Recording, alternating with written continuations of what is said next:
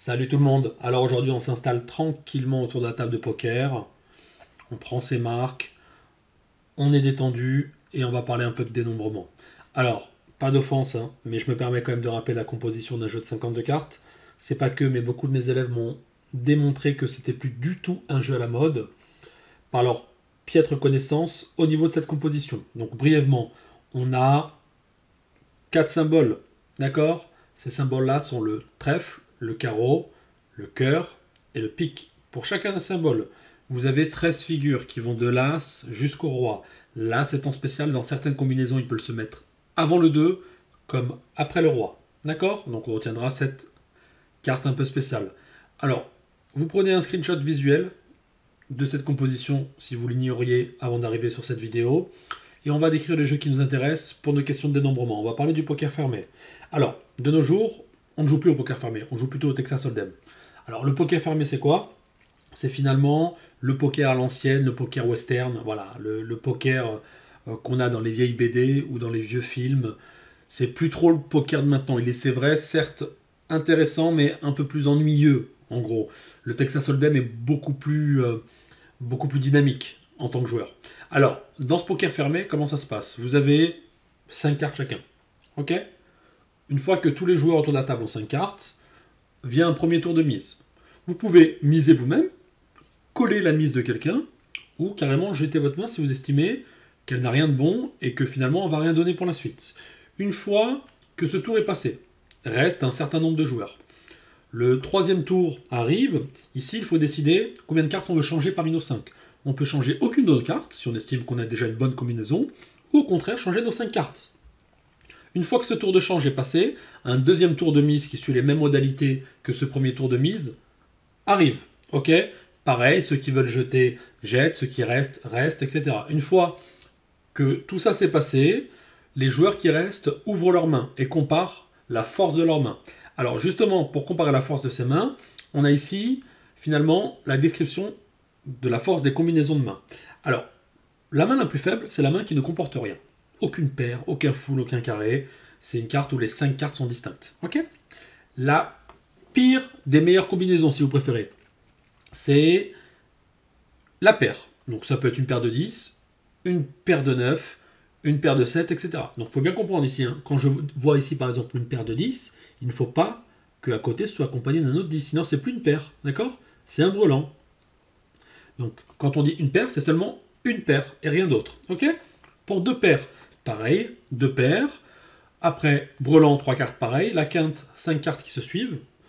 Pour la couleur, 5 cartes de la même couleur, d'accord? Ou du même symbole si vous préférez. Le full house, c'est quoi? C'est un brelan plus une paire. Vient le carré, 4 cartes pareilles. La canne flush, une suite de même symbole. Et puis la canne flush royale, hein, le Graal, une suite de même symbole, mais qui va cette fois-ci du 10 jusqu'à l'As. Alors, cette force des combinaisons n'a pas été donnée au hasard. Elle découle simplement de la probabilité de sortie de ces combinaisons. C'est-à-dire que, effectivement, le brelan, étant beaucoup plus rare que la paire, a une meilleure valeur dans la comparaison des mains. Alors, autre chose, si votre adversaire, pour ceux qui ne savent pas jouer, pour ceux qui savent jouer, désolé, a une paire et que vous avez une paire, ça va se comparer à la hauteur de la carte. C'est-à-dire que si vous avez par exemple vous une paire de 3 et que moi j'ai une paire de 10, bah, ce sera ma paire de 10 qui sera au-dessus de votre paire de 3, puisque le 3 est au-dessus du 10. Je vous rappelle la spécialité de l'As. Hein. L'As peut se mettre avant, comme on l'a vu avant, ou après. C'est-à-dire qu'une paire d'As sera bien entendu supérieure à toute autre paire. Ok? Une fois que tout ça est bien compris, on va pouvoir passer à nos exos de dénombrement. Allez, on démarre avec le nombre de mains avec une canne flush. Pour mettre tous les résultats qui vont suivre en perspective, d'abord donnons le nombre de mains au total lorsqu'on sélectionne 5 cartes parmi 52. On a ici, du coup, nombre de mains total. D'accord? Ça nous donne du coup 5 parmi 52. Et ce qui nous donne la modique valeur de 2 598 960. D'accord. Donc pour la canne flush, et on va toujours procéder de la même façon, on va d'abord se placer dans un cas particulier. On va aller dans la famille des cœurs. D'accord? On va faire un joli cœur. Et ici, on va regarder un petit peu la situation. Donc dans la famille des cœurs, de combien de façons je peux faire une canne flush? j'ai pas beaucoup de choix ici, hein. Ou je commence à l'As, et donc j'ai le 2, le 3, le 4 et le 5. Ou je commence au 2, j'ai le 3, le 4, le 5 et le 6. Et je descends, je descends, je descends, je descends et je descends. Et j'ai donc 10, valet, dame, roi, as. Et je ne peux pas aller plus haut. Ok? Si je commence au valet, je reviens au 2, ce qui n'est pas permis. Donc dans la famille des cœurs, j'ai du coup 10 possibilités. D'accord? 10 possibilités. Ici pour nous. Ok? Donc le truc c'est que j'ai combien de symboles dans un jeu de 52 cartes? Il y en a 4, non? Pique, cœur, carreau, trèfle. Donc au total, par symbole, j'ai 10 possibilités. J'aurai donc ici, au total, 4 fois 10 mains pour la canne flèche, d'accord? Ce qui nous donne ici 40 mains. Donc vous voyez, hein, ça fait pas grand-chose, hein. 40 mains sur 2 598 960. Vous pouvez toujours l'attendre la canne flush. Hein. Et on passe maintenant au carré. Donc comme on l'a dit précédemment, le carré moins rare que la canne flush, on devrait avoir un nombre de mains supérieur. Et on va le vérifier. Donc de la même façon ici, on part avec un exemple et admettons qu'on démarre avec un carré de 2. Ok? Donc on va modéliser le carré de 2, puis compléter avec une carte quelconque. Alors, pour le carré de 2, qu'est-ce qu'il a fallu faire? Il a fallu sélectionner 4 cartes parmi les 4 2, puis compléter avec une carte parmi les 48 restantes. D'accord? On pourrait être tenté de dire, bon, bah, c'est la réponse à la question. Le truc, c'est qu'ici, on a commencé avec le carré de 2. Il y a combien de symboles dans un jeu de 52 cartes? Il y a bien 13 symboles. Donc on aurait pu faire la même chose de 13 façons différentes. Et il vient naturellement ici la multiplication par la valeur 13. Et au total, on va pouvoir répondre au total.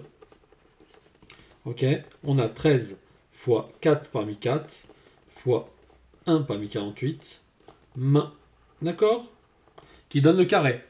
Et du coup, ça nous donne ici, si on calcule, 624 mains. Ce qui est, voilà, un peu plus gros que ce qu'on a trouvé pour la canne flush. Allez, maintenant tentons de trouver le nombre de mains avec un full. Donc on rappelle, un full, hein, c'est brelan plus paire. Et comme tout à l'heure, partons avec un exemple concret. Ça aide énormément pour visualiser la situation globale. Donc on va partir avec un petit full roi par les as. Donc on a ici du coup notre brelan droit, tac, suivi de notre paire d'as. Ok? De la même façon, on va se poser la question de combien de façons je peux constituer mon brelan droit. Donc, faire un brelan droit, finalement, c'est sélectionner 3 rois parmi les 4 rois. Donc, ici, j'ai 3 parmi 4. Et, pour les as, c'est la même chose. On va prendre 2 as parmi les 4. Ok, au niveau des choix de brelan, j'aurais eu combien de choix? On a combien de figures, finalement, dans un jeu de 52? On l'a dit tout à l'heure, 13 figures. Donc, j'aurais pu le faire avec 13 figures différentes. D'accord? Et puis, une fois que j'ai sélectionné ce brelan, j'ai combien de choix de figures pour constituer ma paire accompagnant mon brelan? Bah, c'est évident, j'en ai un de moins, mais je ne vais pas rajouter une paire de rois avec mon brelan droit. On serait plus dans le full et de toute façon, c'est pas possible. Donc je n'ai plus que 12 choix. Ok? Et comme dirait-on, la question elle est vite répondue. Et on a ici, au total, 13 fois 12 fois 3 parmi 4 fois 2 parmi 4 mains. D'accord? Constitué en full. Ce qui nous donne ici le magnifique total de 3744. Donc vous voyez, le full étant moins rare que le carré, qui lui-même est moins rare que la canne flush, on a plus de mains dans le full que dans le carré, que dans la canne flush.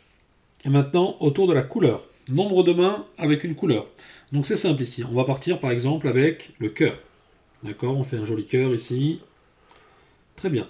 Du coup, pour avoir une couleur, il faut que mes 5 cartes soient du cœur. Très bien. Donc au départ, je vais donc sélectionner 5 cartes parmi les 13 cœurs du tas de 52 cartes. Très bien. Une fois que c'est fait, je vais me dire ici, mais j'aurais très bien pu prendre 5 carreaux, 5 trèfles ou 5 piques. Donc techniquement ici, avoir 5 cartes de la même couleur, ça peut se faire de 4 fois 5 parmi 13 façons. Très bien. Mais là, attention, j'ai comptabilisé là-dedans aussi la possibilité d'obtenir une canne flush. Il va falloir donc que je retranche à ce résultat-là les 40 façons d'obtenir une canne flush. Et voici le total de mains avec une couleur. Et on note ici total 4 fois 5 parmi 13 moins 40 au total mains. Ok? Ce qui nous donne ici exactement 5108 mains. Et maintenant, autour du brelan. Comme tout à l'heure, tentons de schématiser la situation avec un exemple concret. Et on va partir ici, par exemple, avec un brelan 2. Ok? Donc du coup, ici, on part avec un brelan 2 et on complète avec deux cartes. Carte X1, carte X2. Très bien. Alors, première observation ici. On doit impérativement éviter que X1 soit égal à X2. Pourquoi? Sinon, on n'a plus à faire un brelan, on obtient un full. Deuxième chose, si X1 égale à 2 ou X2 égale à 2, on n'a plus à faire un brelan, on a affaire à un carré. Donc, écrivons d'abord ces deux restrictions. Première restriction, X1 différent de X2. Et deuxième restriction, X1 différent de 2 et X2 différent de 2. Très bien. De combien de façons j'ai pu faire ce brelan de 2? J'ai pris finalement 3 cartes parmi les 4. J'ai combien de façons de prendre 3 cartes parmi les 4? Je vous le donne en 1000, 3 parmi 4. Ce brelan de 2, ça aurait très bien pu être un brelan de 3, ou un brelan de 4, ou un brelan d'As. J'ai combien de figures différentes dans un jeu de 52 cartes? J'en ai 13. Donc j'ai 13 fois 3 parmi 4 façons de récupérer ce premier brelan. Après, concernant le choix de X1 et de X2, qu'est-ce que je veux ici? Je veux, parmi les 12 figures restantes, prendre une carte parmi un tas de 4, que je vais noter ici, d'accord? Une carte parmi un tas de 4, et une carte parmi un autre tas de cartes, ok? On a l'impression qu'on a presque répondu à la question. Le truc, c'est que, en gros, ici, j'ai considéré, simplement pour X1 et pour X2, un choix d'une carte parmi 4 figures et d'une autre carte parmi 4 autres figures. De combien de façons je peux sélectionner 2 figures parmi les 12 figures restantes? Pourquoi on parle de 12 figures restantes? Parce qu'on a exclu la première figure qui a été sélectionnée pour le brelan. Je veux sélectionner 2 figures parmi les 12 restantes et j'ai du coup 2 parmi 12 façons de faire. Et ça répond à notre question. Ici du coup, au total, au niveau des mains, j'ai 13 fois 3 parmi 4 fois 1 parmi 4 fois 1 parmi 4 fois 2 parmi 12 mains. Ok? Ce qui donne ici, au total, un joli nombre de 54 912 mains. Alors, une autre façon de le faire, ça aurait été de faire un truc comme ça. Regardez. Tac. Et on va faire la deuxième façon. La deuxième façon, un peu plus élégante, ce qu'on va faire, c'est que on va pas se prendre la tête. On va se dire qu'on va partir avec un brelan, sans se prendre la tête pour X1 et pour X2. Donc, comme tout à l'heure, je vais prendre 3 parmi 4 cartes, que je peux faire de 13 façons différentes, et je vais prendre les deux dernières parmi les 48. Très bien. Donc là, en prenant les deux dernières parmi les 48, je me suis évité de prendre un carré. Pourquoi? Parce que j'ai décidé de prendre les deux dernières parmi les 48 restantes. Donc j'ai éliminé les 4 cartes qui ont servi au brelan. Donc du coup, je ne peux pas obtenir un carré. Maintenant, effectivement, là-dedans, j'ai inclus tous les foules possibles. Donc je vais faire quoi? Je vais retrancher toutes les mains comportant un full, simplement. Donc je vais faire moins. On avait trouvé combien pour le full tout à l'heure? Je m'en souviens plus très bien. Je pense que c'était 3744 mains. Et on trouve exactement la même chose. Autour de la double paire maintenant. On va donc partir ici avec une double paire, par exemple, As-Roi. Ok? As, 2 rois. Et puis une dernière carte. Alors, concernant la dernière carte, première observation, on veut impérativement que cette dernière carte soit ni un As, ni un Roi. Sinon, on n'a plus une double paire, on a affaire à un full. Et c'est pas ce qu'on veut. Très bien. Pour ces deux As, j'ai pu prendre ces deux As de combien de façons? J'ai pris les deux As parmi les 4 As disponibles, ce qui se fait de 2 parmi 4 façons. Et exactement pareil pour les rois.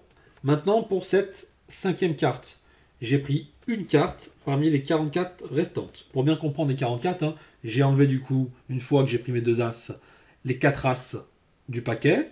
Puis j'ai fait pareil avec les rois, et au total, j'ai enlevé 8 cartes aux 52 cartes. Il me reste du coup 44 cartes dans le paquet. Et ceci m'évite d'obtenir le full à la place des deux paires recherchées.